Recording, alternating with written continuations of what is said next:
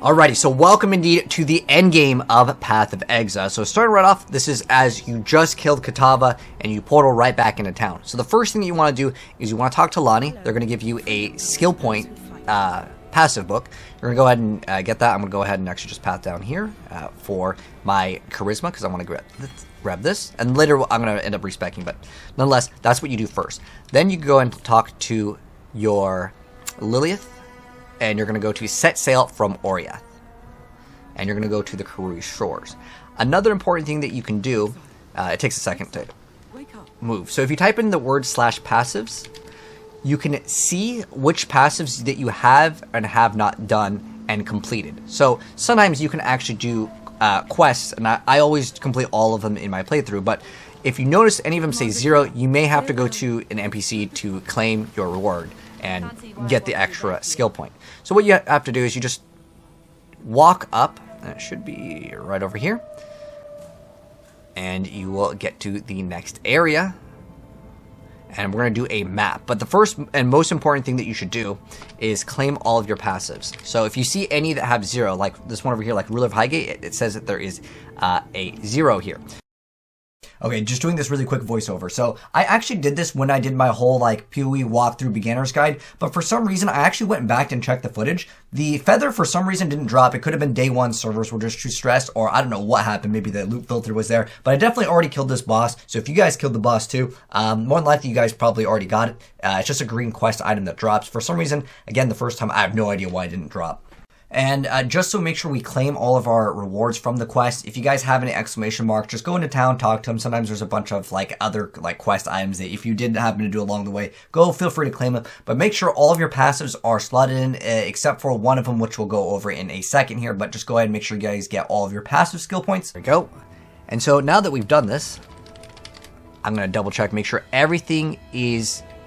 Except for one. There's one exception. The deal with the bandits, I actually sided with Alira, so I don't get skill points for that. That's the one exception to this rule, but I'm going to go ahead and put these points in, as it's going to give us extra reservation efficiency, which allows us to have more auras.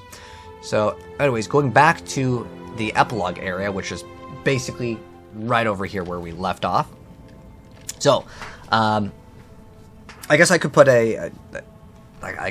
I put a timestamp if we haven't completed the quest, but nonetheless, we completed all the quests. Now we're going to go to Commander Kyrak over here, and we're going to talk to him. He's going to give us a map.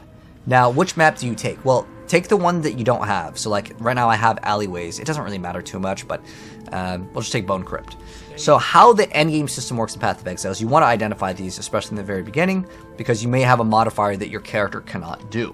So ideally you roll these to be at least blue because there is a bonus when you complete it with it being at least magic. So use your orbs of transmutation. It will make them a little bit harder, but earlier on in terms of like the white maps, or what these are called, these are the tier 1 maps, they're not going to be that difficult.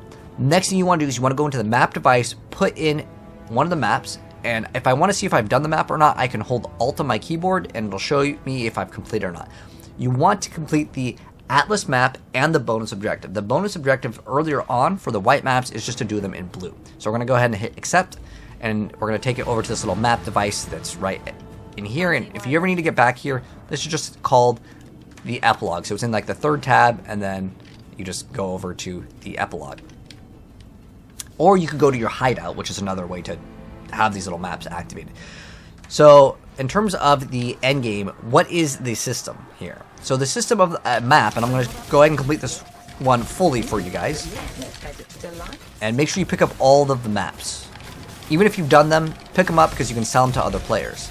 So the goal of doing a map is to look at the top right where it says more than 50 monsters. Ideally, you make sure that you've cleared out enough monsters so it doesn't say that there is more than 50 monsters that remain. And that essentially is kind of cleaning up your maps efficiently. Because in the end game, these maps will cost you, your chaos orbs or whatever currency that you're using to roll to get to the map that you can actually complete. Because some maps you might not be able to complete. Now, if you cannot complete the map, then my suggestion is to sell the map or trade the map to another player. So what you do in a map most of the time is you just go towards the boss.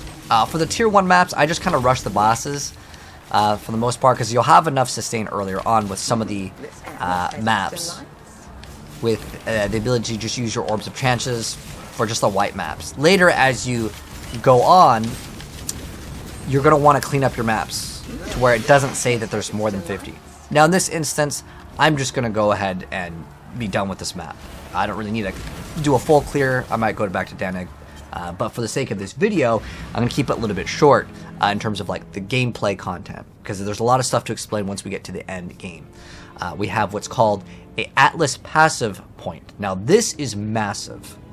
There's also like a battle pass. There's like a free battle pass, and then there's also a paid battle pass. The paid battle pass is literally all cosmetics. Don't worry about it. But some of these things can help you in your progression, and you could actually, like these Awakened Sextances, you can trade those to other players, and that's awesome.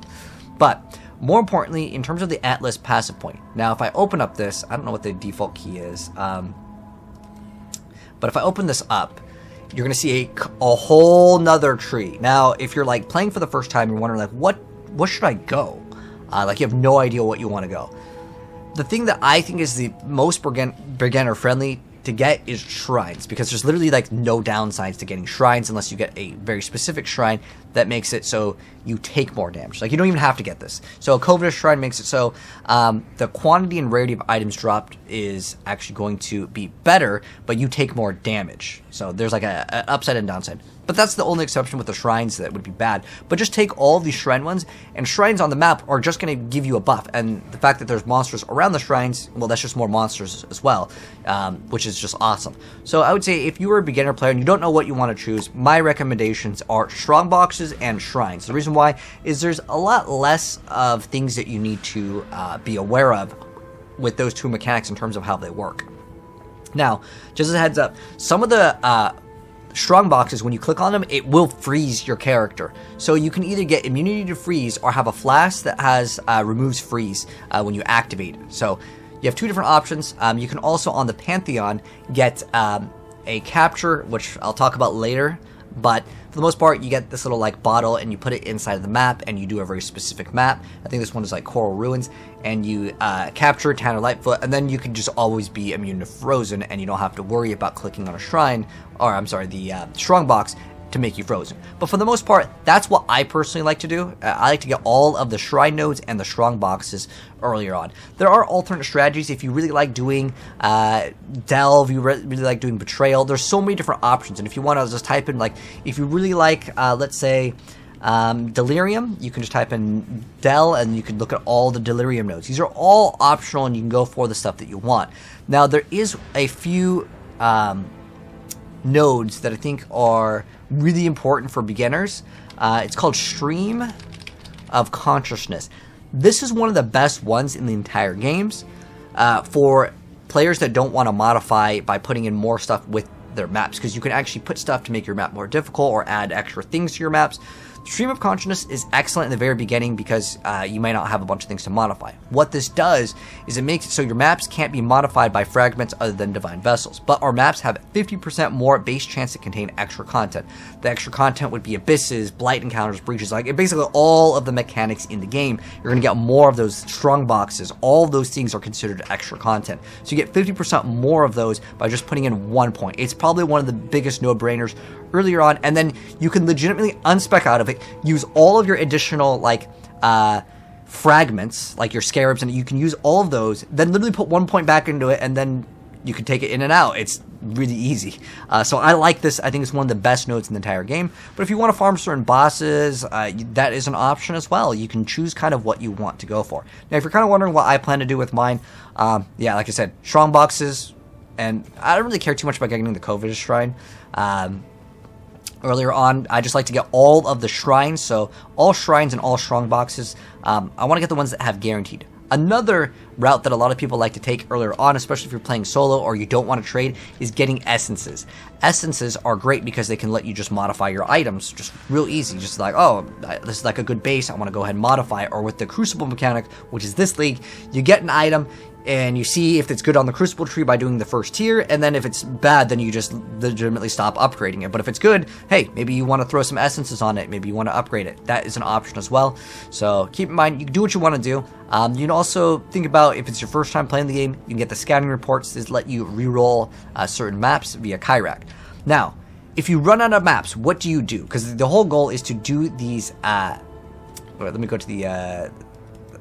There's the atlas, and then there's the map. So I don't know what I think the default key might be G. So this is just the atlas screen. So what it's showing right now is the map that we just did. Now there are other maps that are adjacent to it. So the maps that are adjacent to it will drop based on the map that you're doing. So I have a chance, if I'm doing alleyways, to get excavation. I might have, what do I have? I have stagnation and scriptorium. Some of them, they might be in another location. Some might be over here. But the maps that will drop, if you're looking like for like a specific map, like if you're like, I need to do stagnation because I haven't done it, do the ones that are adjacent to it that have little dotted lines. And another thing to mention is you can see where it says bonus. Now, I just did the bonus because I did a magic one. So in the very beginning, check in the atlas screen which map that you need to do and what are the requirements for the map. And this is kind of where, in terms of like a playthrough, it's kind of hard to do like a full walkthrough guide, and that is because I cannot see exactly what map that you have. But basically, you just go in, you look for the boss, you kill the boss, and you make sure that you've done like the bonus objective to get the point. Because if you don't do the bonus, you will not get an atlas skill point. But don't worry if you skipped out on one of them. You can come back and do the map later and get the skill point just in case. It's not like a one-time thing. You can do a bunch of these maps, and this is basically the end game of Path of Exile. But if you want to get maps, you can go to the Path of Exile trade website and trade other players for maps, or you can go to Kyrak and get maps as well. So if I just go to purchase items, you can see all of the maps that can be purchased, and if I hold Alt, I can see which maps I have not completed. So basically, your whole goal is to do a bunch of these maps. Now, if you just got to endgame, like at this point, for me, my playthrough, I just literally got to endgame. I've only done, as far as the lab goes, let me go show this off. So as far as the lab goes, I've only done 2 of my labs. There is a third lab, and if you've completed all of the Trial of Ascendancies, we're going to go to the Esperance Plaza, or you could just go to Act 3 and just go in from there. We are ready to do the Merciless Lab, which at this point we're 69. We can do it. It says level 60 is kind of what they want us to do. Now, to do the final lab, the 4th one, what we're going to require is an offering to the goddess. You can buy these off players. They're like 1 and 2 chaos at the moment, and you can just do the lab. But if you fail, you will have to rebuy one of these offering to the goddesses. Now, alternatively, if you don't want to buy an offering to the goddess off of a player, which I do recommend just getting them off a player, it's way easier, you can actually get them by doing a Trial of Ascendancy inside a map. Sometimes you'll see that there's areas, there's an orange portal, you walk in, and then you will do an area, and it'll drop this 100% of the time at the very end. But be cautious when you do the final lab, as it's going to be more difficult. I've already shown off the other labs. It's not really too much different. You just go in, you fight Azaro 3 times, and he becomes a little bit harder each time you go through the labyrinth. But some of them will require a key. You just might have to go grab a key to do one of the labs. Maybe I'll make like a progression. I'll just kind of show it off. But basically, there may be a key, and you might have to grab a key to open up a door. But for the most part, they're exactly the same.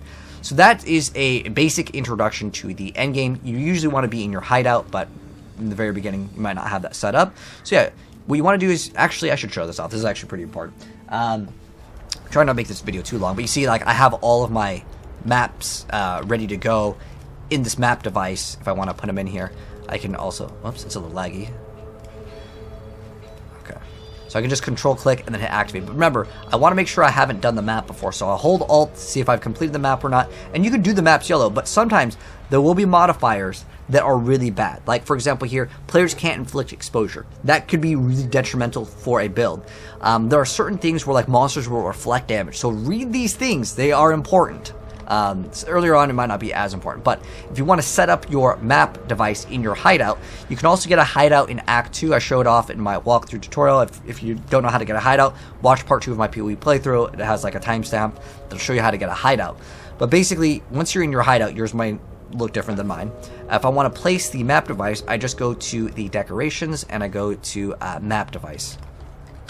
Oh, whoops, I didn't hit the... You type in the filter. Oh, it's here we go. Oh, you can't just type in like words. Okay. Anyways, you throw in the map device wherever it is. Bench. Okay. It's in one of these. Atlas. No, okay, I think these are decorations. Basically, you have to place your... It's got to be in one of these. Betrayal, Black... There's literally so many. But... Forest. Okay, I'm pretty sure it should be at the top. Crafting station, heist locker. You can put NPCs in your hideout as well, but... maybe at the very beginning it just forces you to place down... Either way, you can just place down your hideout. Nonetheless... You want to place down your map device, or you could just use this thing. Some people just prefer using this because you get to come over here and you can see other players' cool skins. But for the most part, it's much more efficient to do it in your own hideout, but you can place your thing down and you basically just do a bunch of maps. And this is where I can't really hold your hand in terms of the walkthrough playthrough. You're going to have to do a bunch of these maps. I think Control G is the default. Okay, so there's Control G opens up this, and then regular G opens up that. Okay, so basically what you want to do is complete a bunch of these maps, and you're going to get these things called watchstones, which we'll talk about more in another part. But this is going to go ahead and wrap it up for our beginner's guide for the endgame in terms of the introduction, to not make this video super long. That's the basic gist of the endgame content in Path of Exile. But anyways, hope you guys enjoyed the video. Drop a like on your way out, and I'll see you guys in part 2 of our endgame once I've done a bunch of maps. As the randomization of the maps make it so I can't let you do a full walkthrough that would be exactly the same, because I don't know what maps drop for you, and there's really very little explanation needed in terms of go in, you kill the boss. But anyways, catch you guys next one. Peace out.